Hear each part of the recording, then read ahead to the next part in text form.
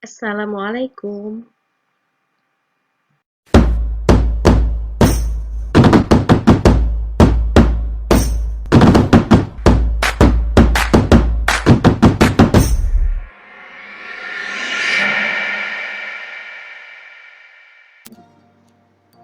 Aritmetika sosial. Kembali lagi bersama saya, Ibu Robiatul Awaliyah.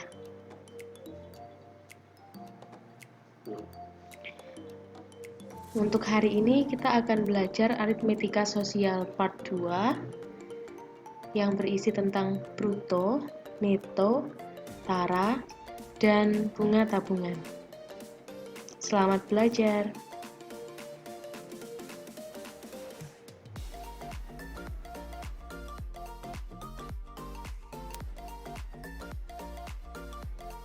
Pelajaran pertama yang akan kita pelajari hari ini yaitu bruto, neto, dan tara. Istilah bruto, neto, dan tara mungkin terasa asing bagi sebagian kalian karena jarang menggunakan istilah ini dalam kehidupan sehari-hari. Namun tanpa kalian sadari, sebenarnya seringkali kalian menjumpai benda yang bertuliskan istilah bruto, neto, dan tara. Kalau tidak percaya, silakan lihat bungkus makanan snack, permen, atau kue kering. Pasti kalian akan menjumpai istilah neto, bruto, atau tara. Nah, kita kenalan yuk sama yang namanya bruto, neto, dan tara.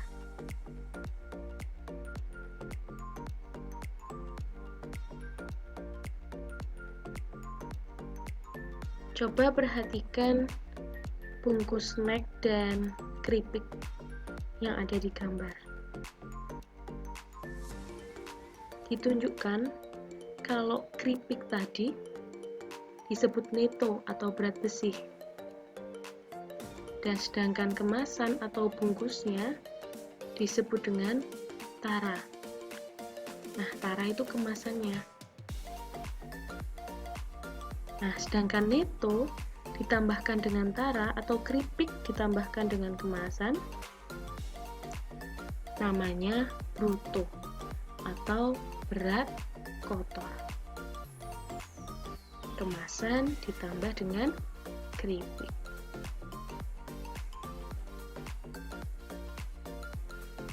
Diingat ya,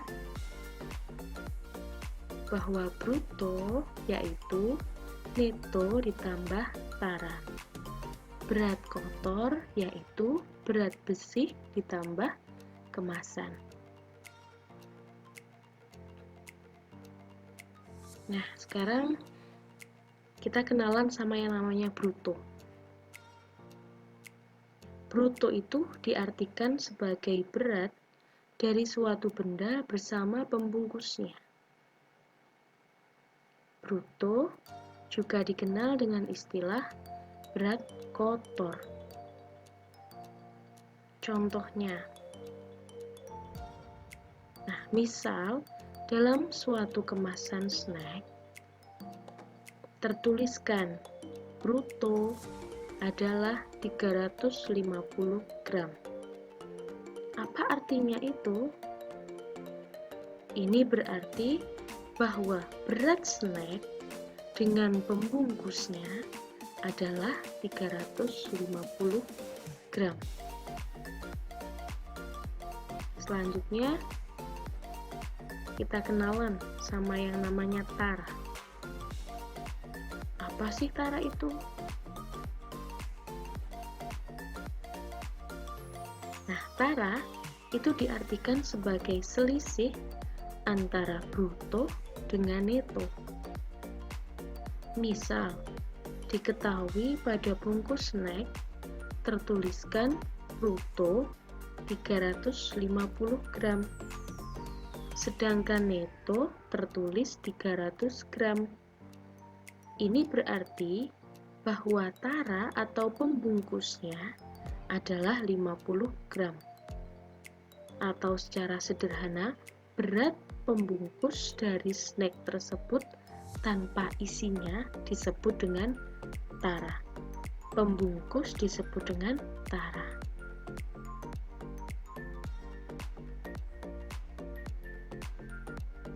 Dengan kata lain, tara yaitu bruto dikurangi dengan neto.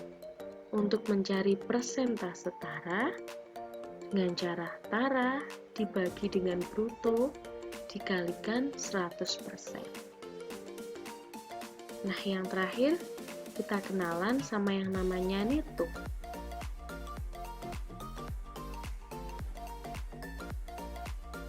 Neto diartikan sebagai berat dari suatu benda tanpa pembungkus benda tersebut. Neto juga dikenal dengan istilah berat bersih. Nah, misalkan dalam bungkus suatu snack tertuliskan neto 300 gram. Apa maknanya ini? Ini bermakna bahwa berat snack tersebut tanpa plastik pembungkusnya adalah 300 gram. Jadi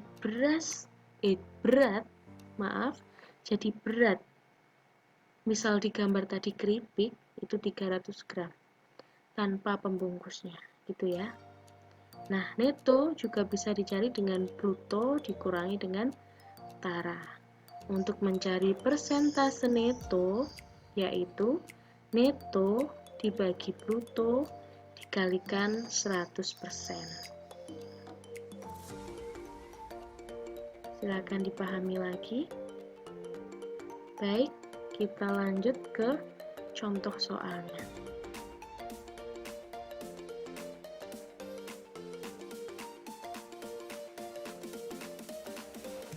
Ibu Renita membeli sekarung kedelai yang memiliki bruto 100 kg dan tara 1,5%. Diketahui harga kedelai per kilogramnya yaitu Rp8.000. Pertanyaannya, berapakah uang yang harus dibayarkan oleh Ibu Renata? Nah, jawabannya itu sudah diketahui bruto dan persentase tara, kita bisa menghitung besar taranya. Kemudian, brutonya diketahui, taranya sudah ketemu, kita tahu netonya.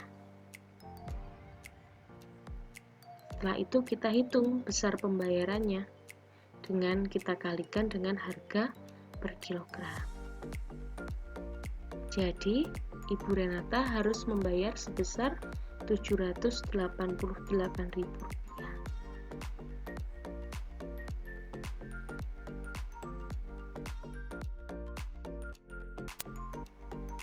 Oke anak-anak, materi selanjutnya yang akan kita bahas yaitu bunga tunggal. Apakah bunga seperti ini yang akan kita pelajari hari ini? Oh, ternyata bukan. Nah, lalu apa yang dimaksud dengan bunga tunggal yang akan kita pelajari hari ini? Di lingkungan sekitar kita, sering kita jumpai bahwa seseorang akan membeli mobil, membeli rumah, atau meminjam uang di bank dengan bunga tertentu. Jadi kata bunga bukanlah kata asing di telinga masyarakat Indonesia. Nah, bunga yang akan kita pelajari yaitu bunga sebagai jasa berupa uang yang diberikan oleh pihak peminjam kepada pihak yang meminjamkan modal atas persetujuan bersama. Oke, bisa dipahami?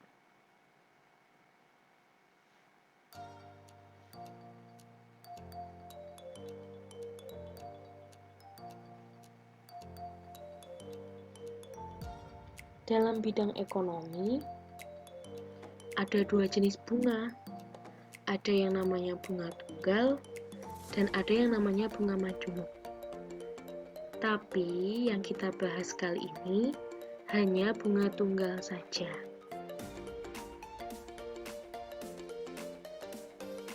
Oke, next.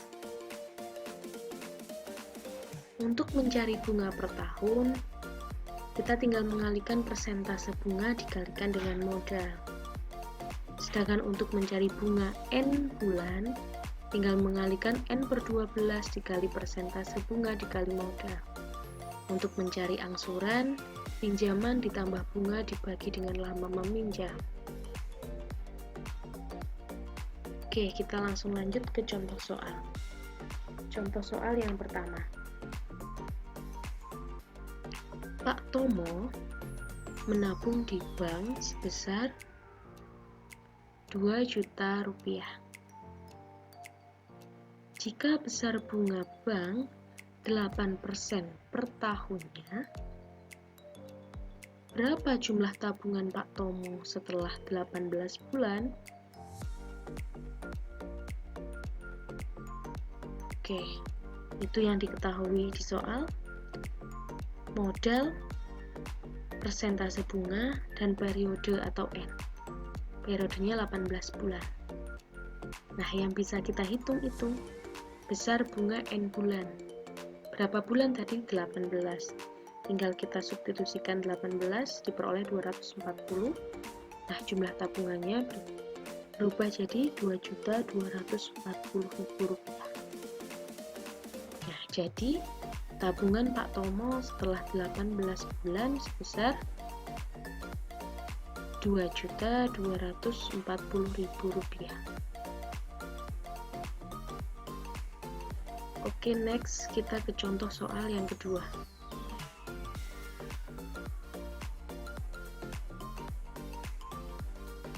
Dimas menyimpan uang 5 juta rupiah di sebuah bank. Setelah 10 bulan, uang Dimas menjadi 5.750.000 rupiah. Pertanyaannya, berapakah besar persentase bunga per tahun yang diberikan oleh pihak bank? Nah, ini yang diketahui, tabungan mula-mula atau modal, periode, dan tabungan setelah mendapat bunga. Dari situ kita bisa menghitung bunganya. Ternyata bunganya 750.000. Dan persentase bunganya yaitu 18% melalui perhitungan matematis dengan mensubstitusikan yang diketahui tadi. Nah, jadi persentase suku bunga yang diberikan bank sebesar 18% tahun. Oke, kita lanjut ke contoh soal yang ketiga. Sebuah koperasi memberikan bunga pinjaman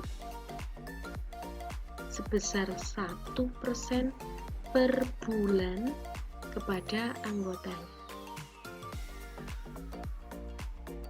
Pak Henry meminjam uang di koperasi tersebut sebesar 3 juta rupiah yang akan diangsurnya selama 1 tahun. Nah, berapakah angsuran Pak Henry setiap bulannya? Itu yang ditanyakan di soal. Oke, ini yang diketahui. Pinjaman mula-mula 3 juta, bunganya 1% per bulan, periodenya 1 tahun atau 12 bulan. Dari situ, kita tahu pinjaman yang harus dikembalikan setiap bulan, yaitu 3 juta dibagi 12. 250.000. Setelah itu kita hitung bunga setiap bulannya, yaitu 1% dari 3 juta. Ketemulah 30.000. Baru kita bisa menghitung besar angsuran setiap bulan, 250.000 ditambah 30.000, yaitu 280.000. Jadi angsuran Pak Henry setiap bulan sebesar 280.000 rupiah. Oke, pembelajaran hari ini cukup sampai di sini. Terima kasih, sampai jumpa kembali. Assalamualaikum.